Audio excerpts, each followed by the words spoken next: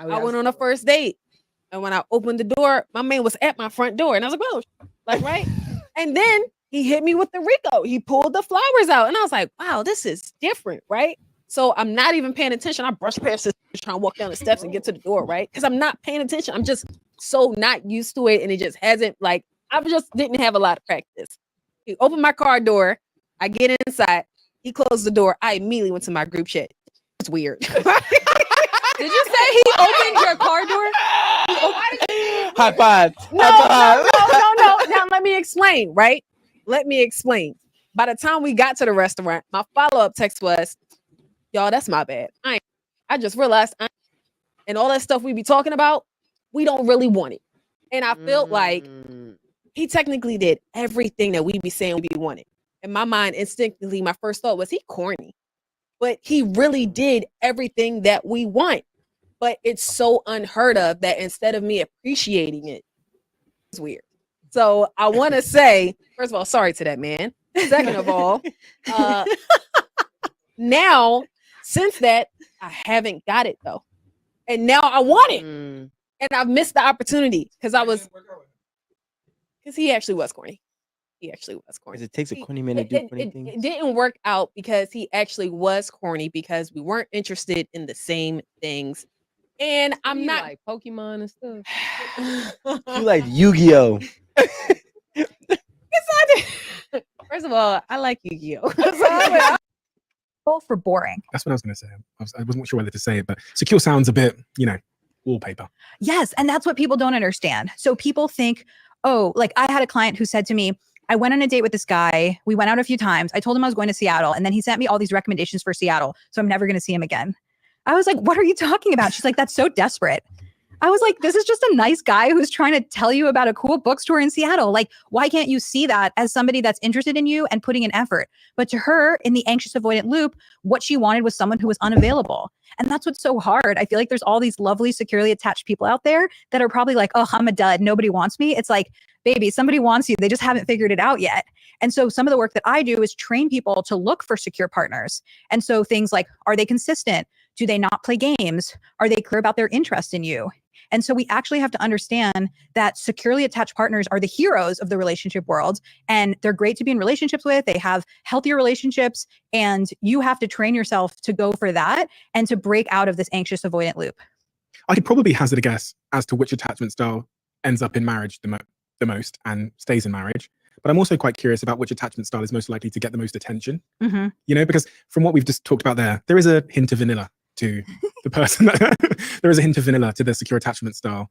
And there's a hint of excitement associated with the avoidant attached style. Because one of the principles I learned about attraction is this idea of social proofing.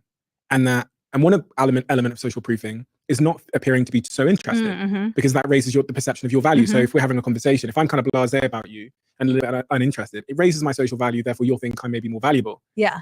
So I was thinking maybe these avoidant attached people are getting the most sort of short-term interest. I don't know, is that? I think that's exactly. I see repeatedly in attachment communities, attachment groups, in the comments section on attachment videos, that I also used to wholeheartedly fear and believe. And this belief is the belief that secure attachment means being bored forever. And I want to, first of all, acknowledge that this is a totally normal fear to have, particularly if you're coming from the anxious or fearful avoidance side of the attachment spectrum. And here's why. So I want you to imagine that you had been born with a chronic, low-grade, dull headache that never leaves your awareness, okay? So from the time you have been alive, imagine if you have not ever known what it feels like to just wake up in the morning and not have a headache. If this were the case, you would start getting really hype on things like Advil. You might discover there are certain things that temporarily makes this dull pain exit my awareness. And when that dull pain is not in my awareness, it feels so good that it's almost euphoric, right? The moments where you were not experiencing that headache that has been following you around your entire life would start to feel sublime because they were so different than the way that you normally feel. And you would probably start getting a little bit obsessed with Advil because you would think Advil is the best feeling a person can have. When you pop an Advil, nothing is better than that. But actually, the best feeling you could experience is the lack of a headache, but you don't know how to differentiate that. So you start to fall in love with whatever it is that gives you relief from that headache. And this is exactly what it's like to have an anxious component to your attachment style, where you chronically and consistently have believed since the time you were able to have conscious thoughts that there is something wrong with you, that you're not good enough, that you are not worth being loved. And so now anything that provides you with temporary relief from that feeling, you perceive to be so overwhelmingly positive that it borders on euphoria. And you might become very afraid that healing your attachment style would mean losing that euphoria. But in reality, what healing your attachment style means is getting rid of that underlying sense of self-hatred that has been following you through your entire life. And it's that very sense of self-hatred that makes any relief from it feel so euphoric in the first place. When you do. Hey guys, welcome to Little Blackbird 91. Listen, I saw this clip come up, not this particular clip, but the 8 at the table clip. I saw it come up on my Instagram, and I thought to myself, this will be a great conversation to get into. And so I titled it a particular way to get certain people to come in, because I want them to hear this message. I want them to heal, okay? Not just the women, but the men too. Question I'm asking is, nice guys, are they corny, or are women broken in 2023? And the reality of the situation is both can be true. There could be women who are broken, and there are nice guys out there who are corny. And I specifically put it as nice guy, not a good guy, right? Because as they were talking and describing, in fact, the brother on the left-hand side was trying to explain it to her, that her interest in this gentleman may be because, you know, the gentleman, sorry, is doing all these things because he's trying to please her, rather than actually being truly from the depths of his actual heart of what he wants to do. And let me just say this first and foremost. I spoke about attachment issues for the past week or so, and I want to continue that conversation because I played that clip from CEO, Diary of a CEO, because she explains it so eloquently well that oftentimes a secure attachment, when you are insecure, is often the most boring attachment style. There's no fun, there's no dysfunction, there's no toxicity, there's no madness, there's a lack of arguments in certain things. We're not, you know, I'm not saying there isn't no kiss to make up, there is, but it's just not as crazy as you want it to be. You know, they're not doing a push and pull situation. There's no reward for changing their mind or getting them to love you when they didn't want you. There's none of that toxicity present when it comes to secure attachment. There shouldn't be anyway, right? And therefore, that person can seem very boring. And the reason why it becomes boring is because many of us are insecure. In fact, the reality of the situation, statistics say that up to 56% of the nations or people are actually of the secure attachment. So it's funny because I looked at the number, I said 56% of the global population, or let's say the American population, if you want to call it that, they are secure attachment. And I said, isn't it funny that also we're at 50% when it comes to marriages? i.e., I wonder if attachment style plays a very big role in how people's relationships actually work. We have 56% of the nation being insecure, being secure in their attachment, and 50% of people married stay married. You know what I mean? I started thinking about it, and I said, maybe I'll do a bit more research and come back to that place. But focusing on what we're saying, we're in 2023, and I think becoming more knowledgeable, more aware of our shortcomings, our falls and our pitfalls and our ideas when it comes to relationships, I think we're becoming more aware. We're becoming more aware now that, you know, we have to look at relationships in a particular way now. We need to look at relationships and say, actually, am I dating from a secure perspective, or am I dating from an insecure perspective? We're going to address that, and we're going to address the nice guys are corny and modern women are broken. Because the question could be, is it that nice guys are actually corny, or is it the fact that maybe a secure attachment looks corny, looks boring, looks vanilla, because you're not used to a level of safety within the boundaries of a relationship? And this doesn't go just to women. This also goes to men too, right? Are men also too choosing certain women because they're feisty, they lack a little toxicity, that woman likes to fight, you know, that we have these arguments, we make up, okay, she's a little bit rude, she's a little bit bitchy, you know what I mean? She doesn't always pay attention to you, she's not always nice to you. Are you choosing that woman because you're insecure in your attachment? We're going to break down attachments as always, like we like to do, so you get a better understanding of what we're talking about, so we can bring you in. So if you are new to this channel, we like to educate, we like to entertain as well. Today's topic, nice guys are corny, modern women are broken, question mark, which means we're answering the question. Okay, it's not a statement, it's a question, and we're answering it today. All right, so if you're new to the channel, like, share, subscribe. Click on that bell button for notification of uploads. For those of you who are returnees, you know what it is, baby. Get me. We're going to get in some conversation. Don't forget, you can subscribe to the channel, but also you can join our membership. It's £1, $1, and you can join into our membership conversations as well throughout the year. Okay, let me just have this conversation now. Let's have it from a psychological perspective first. Let's just break down first and foremost what we mean by attachment style. So when we say attachment style, the attachment style is often considered the most functional for adult relationships. People who are securely attached to others are able to form close bonds and give their trust. They seek support from others and share their feelings with them, right? So that's a secure attachment. But the actual definition, or we should say the breakdown of what actual attachment styles is, it is characterized, and I'll put this on the screen so you actually can see it. Attachment styles are characterized by different ways of interacting and behaving in relationships. During early childhood, these attachment styles are centered on how children and parents interact, okay? In adulthood, attachment styles are used to describe patterns of attachment in romantic relationships. The concept of attachment styles grew out the attachment theory and research that emerged throughout the 1960s and 70s. Psychologists typically recognize 4 main attachment styles. Okay, so just again, attachment styles are characterized by different ways of interacting and behaving in relationships. And the question we're asking, based upon that first clip that we just saw, is it that she doesn't want the man buying her flowers? Is it that she doesn't want the man opening car doors? Is it that she doesn't want a man that's going to pull out her chair? Is it that she doesn't want a man that's going to be present and available? Or is it that she is fighting from a place of insecurity? When we talk about insecurity, there are 4 attachment styles. There's only one secure, and the other 3, that's 4, other 3 are actually insecure attachment styles, right? We have anxious, we have avoidant, and then we have disorganized, which is another word for fearful avoidant, which is a combination of both avoidant and anxious. You're not sure if you're coming or going. That's for another day, right? So the question we're asking is, this young lady that said she didn't want the car doors opening, didn't want the, the flowers, everything like that. Is she fighting from a place of security? It doesn't sound like it, right? Immediately, she wanted to disqualify him because he was doing nice things. Now, don't get it twisted. I'm not saying that nice guys can't be manipulative. You know my videos already. I've spoken to y'all already about nice guys, and they're not good guys. We want good guys, don't want nice guys. Nice guys don't tell you the truth about how they really feel.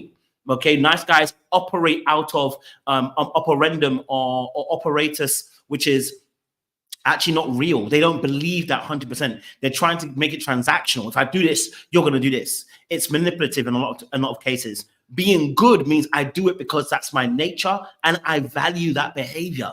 And so we already on this platform say we want good guys, not nice guys. Now, to make it very clear in this instance, let's just take, for instance, quote unquote, he's not necessarily, we're not going to call him necessarily a nice guy. Let's call him a good guy. We don't know the background of it, but let's go based on her story. I want to play the clip once more and listen again, and hopefully we can get a deeper understanding, and we're going to go back into the attachment style and just break it down once more again. Listen to the story again. And when I opened the door, my man was at my front door, and I was like, "Whoa!" Like, right? And then he hit me with the Rico. He pulled the flowers out, and I was like, "Wow, this is different, right?" So I'm not even paying attention. I brush past this, trying to walk down the steps and get to the door, right? Because I'm not paying attention. I'm just no. She's paying attention. Listen to what she just said.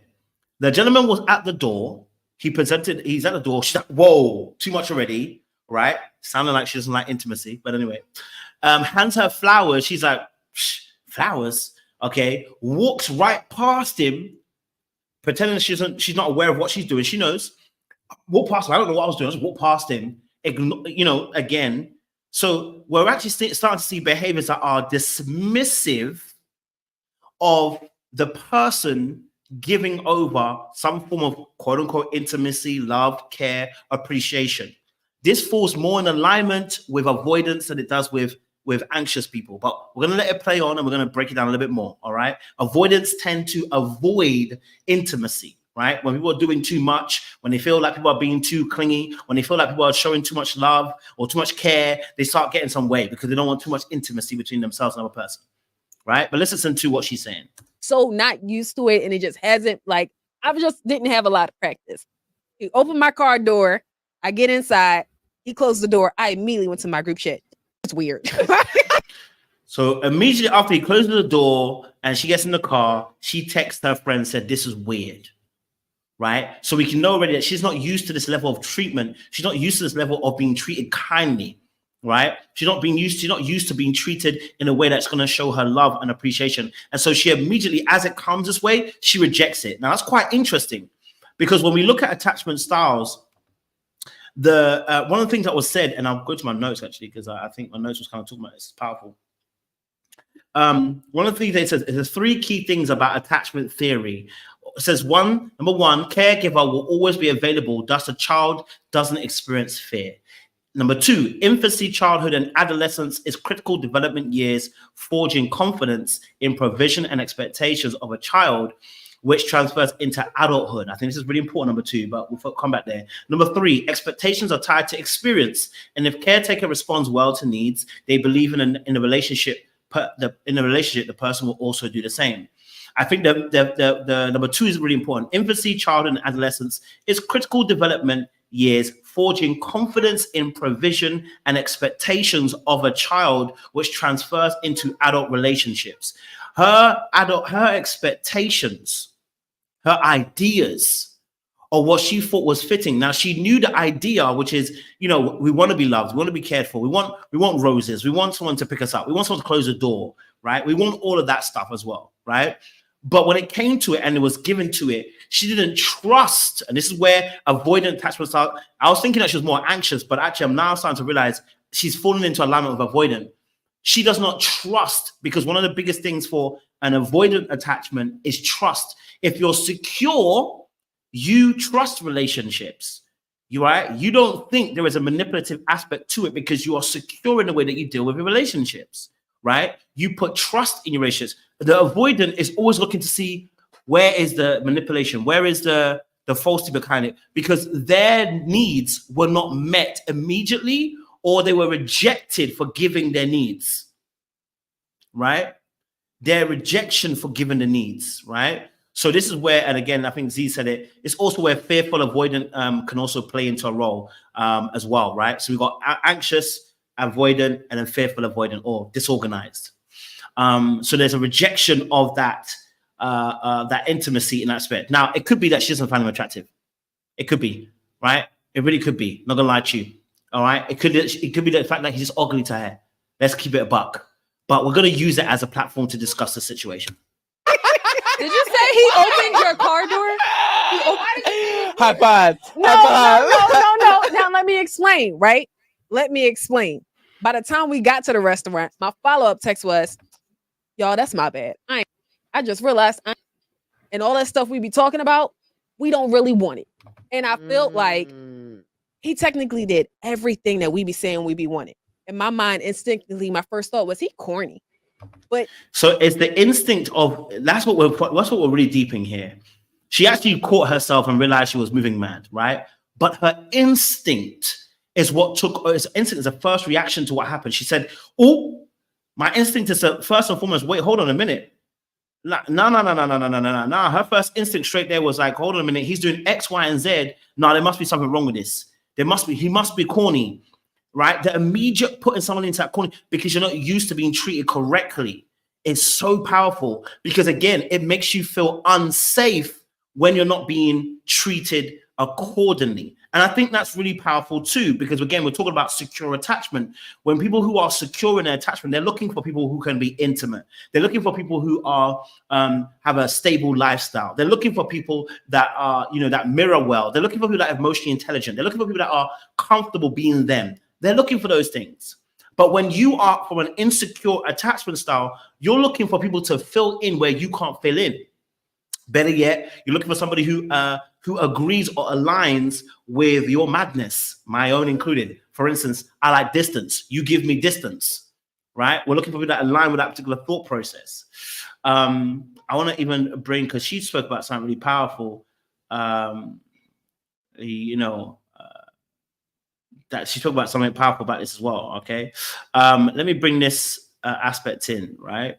Because I think she explains this quite well in terms of how people's thought process is about the euphoria of not healing from your attachment. Again, I'm going to bring her back on and listen to this again.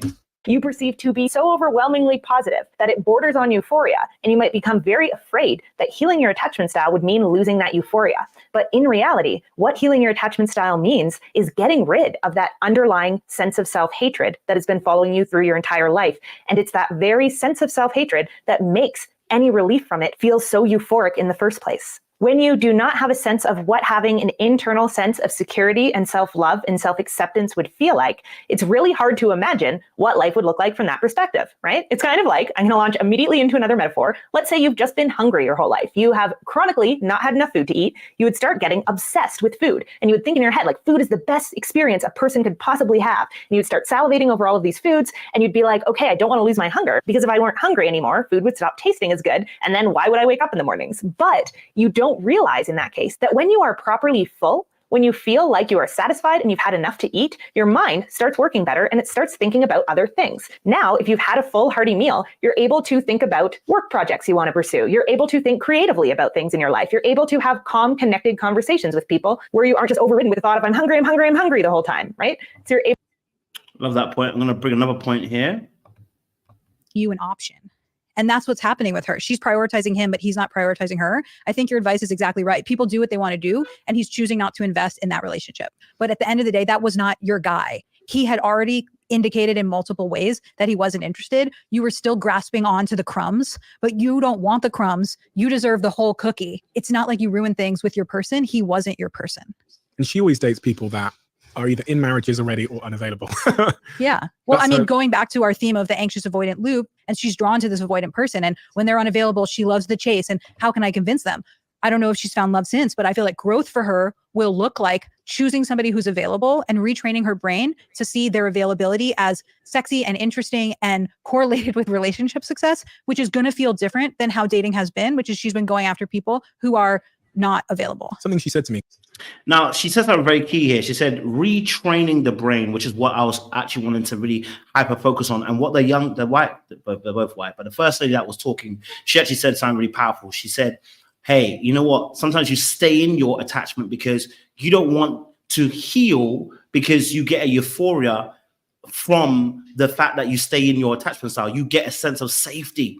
And so what's really powerful about this is going to what that lady at the beginning said about how she felt the man was corny. Does there need to be a retraining of the mind? Yes, because a lot of times what happens is when it comes to dating, people have really false ideologies and ideas that are embedded by media, by bad experiences, by poor relationships with their parents, which is why we're talking about attachment styles, because it bleeds into the way that people date, right? To the point where she thinks it's corny, rather than just saying, actually, you know what, maybe I'm not attracted to him.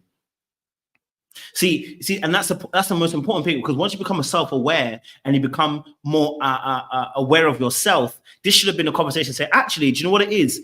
I just wasn't attracted to him, so it made it very difficult for me to accept certain things that he was given. That's it, and that's the truth, right? But she instead focused on what he had been doing and was like, "Whoa, all of these things are corny. I can't deal with this. All of these things are corny. Yeah, they're corny. I don't want to do all of that kind of stuff. It's corny, you know." And so what happens is in that situation is that now, due to being in an insecure attachment, it becomes very hard to want to be secure, because secure doesn't represent what you are, where you're at, and what you're about, right? The insecurity is a part of your security, which is kind of wild. Your insecurity is a part of your security. Well, I mean, it's in the word, isn't it? So technically it's correct, wouldn't it? Right? So people feel safe when they are in their insecure states, because that's what they're so used to. And so they find themselves at that level. It's time for retraining of the brain. Let's listen a bit longer. It kind of correlates to this because she was on a dating app. She hates dating apps, but she was on a dating app. Bear in mind, she's a mid-30s woman. And there was this wonderful guy. He's a nicely mannered guy. And she said, I'm not interested in him. I said, why? She goes, look at the background of his Hinge or whatever it was photo. There's boxes on top of his cupboard. And that was her reason for this. Like, I was like, that's a really good guy. He's got a great job. Seems really nice. He's been really polite to her. And the reason why she didn't want to be with him was because there was a box on the wardrobe behind him in the Tinder picture. This is what frustrates me about modern dating. And you used the word ick before, so I know you're familiar with it. But the ick has become this trend. Only because of her. Oh, you know about it from her. Okay, she says ick to me. So for people listening who haven't heard of it, the ick is this new trendy word that basically means the reason why all of a sudden you're not interested in someone. And so my friend is the comedian Jared Freed, and he does hilarious bits about this. And so he travels around the country asking women for their icks. And one of them is, you're having an amazing date, you want to go home with the guy, it's time to pay the bill. You pull out your wallet and you hear, shh, he has a Velcro wallet. The ick, you're not sleeping with him. And he has these hilarious bits. One woman told him, my ick was that I was on a date with the guy and I imagined him being late for his bus and running for the bus, and I could never be with him. And Jared's like, to be clear, there was no bus and there was no running. And she's like, I just imagined it. And that's what's, the ick is hilarious. When Jared does it, it's hilarious. You're laughing at it. But I'm also like, you know what? I think we should get over the ick, because the ick is just an excuse to not get close to someone. And I found in my work that people often confuse pet peeves for deal breakers. So a pet peeve is something that annoys you. Maybe it's the Velcro wallet, but you could get over it. A deal breaker is a fundamental incompatibility, right? I have asthma and you're a smoker. This isn't going to work. And so when all these people are confusing pet peeves for deal breakers. No, she be spitting some stuff. I love her stuff because she's spitting some raw stuff.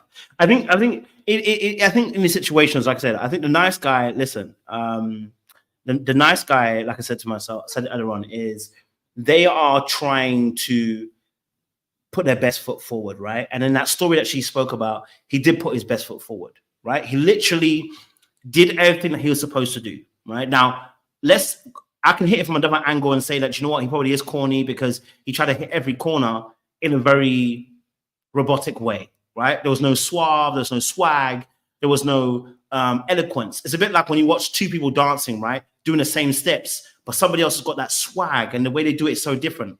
Sometimes it is a way that you actually do the very thing, right? But the reality of asking here is, why did she immediately in her thought process go to corny?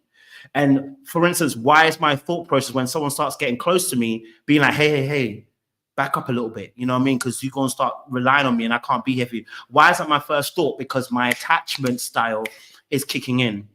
And so her attachment style, I believe, was kicking in, and it's on the secure one, because immediately she saw those things being put in place. He's doing X, Y, Z, doing it all correctly, and there's nothing wrong with how he's doing it. And her immediate thought was corny. She immediately went to invalidate him straight away. She immediately went to invalidating him.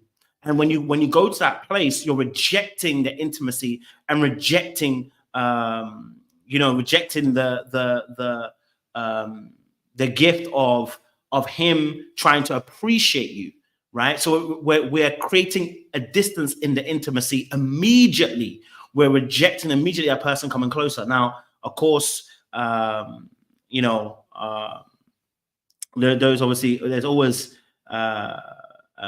there's always, I would say, nuances to that as well. But in reality, when we look at the situation, that person is avoiding the intimacy. And that, again, goes back to what I said about dismissive, avoidant attachment style, and that person avoiding that aspect. I love this little picture here, and I can show you guys. This is a demonstration of what attachment style. So secure, ambivalent, avoidant, disorganized. So you can see here that for the secure, they want to be next to the parent caregiver. They're anxious, they're wary of strangers, and they get very anxious when the caregiver isn't around. Avoidance, they avoid the parent, they avoid a stranger. They're just, they like to avoid in general because of their confusions. And then obviously then you've got the disorganized, which is confusion. They're not sure whether the parents or the stranger who's safer, because in reality, the parents have become so inconsistent with their caregiving that the person might as well go with a stranger, right? The parent was either abusive or so inconsistent. Oh, sorry, apologies. Thank you. Apologies about that, guys. This is the picture. So the caregiver was probably so inconsistent that that child is confused, because they're like, well, the stranger ain't no different to my parent caregiver. Because in reality, my parents not giving me the love and affection. The stranger pretty much is. See what I'm saying to you? So yes, this happens quite a lot to people, So depending on your attachment style and how you grew up, it's also going to be how you're going to see relationships, right? And how you're going to play and maintain that relationship as well. So this is all important. Let me answer the question, because we've got the last few minutes of this one, right? let me answer the question. But the first one is obviously secure attachment, if you want to see it there. And let me describe what attachment style is in this situation. So as I was saying, we've got the attachment style secure is an attachment style is often considered the most functional for adult relationships. People who are securely attached to others are able to form close bonds and give their trust. All right. They seek support from others and share their feelings with them. People that are secure are comfortable sharing their feelings and they seek support, and they are securely attached to others and are able to form close bonds and give their trust. Okay. All right. That's important. All right. Now, when it comes to secure, the way they see relationships is romantic love is enduring, whereas anxious people see it as repeatedly falling, where anxious people tend to keep on falling in love, and avoidance believe love is rare and temporary. So secure people they believe that romantic love is enduring. Okay. Some of the quality or some of the things that happen with secure children: a secure child, they seek a caregiver when upset, knowing that they will receive care. In fact, let me put this even into, and so you can see it as well, guys. I want you guys to be able to see it, so you guys can see it, because no point just having it so you guys can't see it. Let's see this so you can see. We're going straight to the Wild Wild West. Okay, here we go. Let's bring this up. So this is my notes. I don't know if you guys can see it. It might be a little bit small in the way it is. So let me try and bring it up. There we go. Okay, so this is my notes as well. So secure children seek a caregiver when upset, knowing they will receive care. Children accept contact due to previous needs being met experientially. Sorry, I'm about spelling there. They prefer their caregiver, but can be cool with strangers. More parent-child time in play. Basically, what that means is a secure child will have more time in play with their parent giver. The parents are reacting to kids' needs quicker than anxious or avoidant or disorganized. So children tend to be less aggressive when they are secure attachment, because they haven't been interrupted or they haven't had intrusion from the parent caregiver or rejection from the caregiver when it comes to their needs. So the anxious person has their needs as sometimes an overbearing parent, doing too much, interrupting their independence, and then avoidant has a parent caregiver who rejects their needs, and so they formulate these things.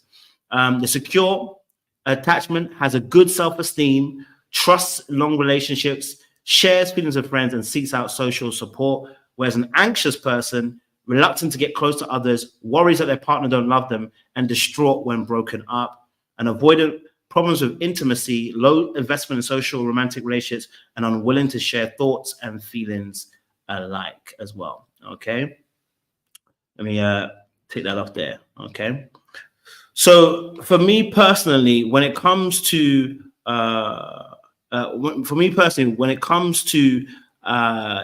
dealing with the relationship aspect as to why she chose what she chose, let's talk a little bit about this. Nice guys are corny, modern women broken in 23. I think the reality of the situation is nice guys and women in 2023, there is a lot of us who are insecure in the way that we date. We are hurt, we are broken, we are feeling some type of way, we have had bad relationships and bad experiences, we've been broken in particular ways that we do not necessarily always acknowledge. And when we go into dating, we date through the lens of our attachment style. So for instance, I'm dismissive. And so I tend to look for people that are not too clingy. I might feel like someone's being too clingy, right? The secure person tends to usually, and I've met some secure people, and when I meet them, they're able to give me enough distance and not too much. They're able to give me a good amount of distance, yet simultaneously also give me a good amount of care and love as well, right? And I've met an anxious person. When you meet an anxious person, you can't have no time to breathe can't miss a call, can't miss a text, can't be absent for too long because they're going to start feeling some type of way, right? Now, I think what's really important about this, what I think is really important about this is that when it comes to secure people, they're able to trust. They reach out to others and friendship groups. They have good esteem and good sense of worth and value, and so they bring those things to a relationship. And so that's why when you be in a relationship with a secure, you can end up being secure because they provide an arena of safety that allows you to grow because they don't overreact to some of the things that you and I would overreact to. Coming from a dismissive perspective, I may overreact to somebody getting too close to me. An anxious person may overreact when someone pulls away from them. And therefore, our responses are far more larger than when it is with someone who's secure. And so therefore, the environment that is provided with that person is so vital as to why secure relationships, people are seeking them out. They are 56% of the nation. I just need to understand that. And we have 50% marriage divorce at the moment. Maybe because too many of us are in the insecure section of our attachment styles and we bring that into relationship.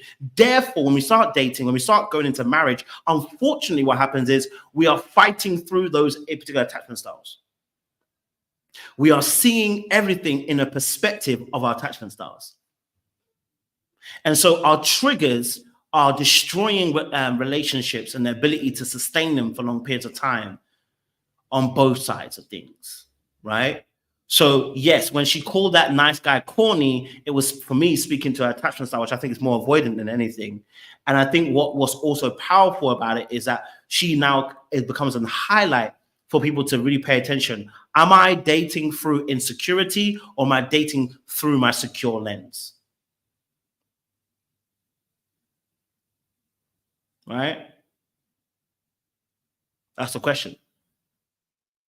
Okay? That's the major question. Okay? Being secure is important. Right? And a secure attachment is important. Okay? So we're gonna leave it there. My time is up, 37 minutes. Listen, I'm getting good at this, man. That's what I'm trying to say to you. We'll get down to 30 professionally, but we'll get there. But like, share, subscribe, click on the bell button for notification uploads. We appreciate you guys. Stay locked, stay loaded. We're gonna definitely talk some more in the coming days and weeks as well. Much appreciation. We'll see you soon.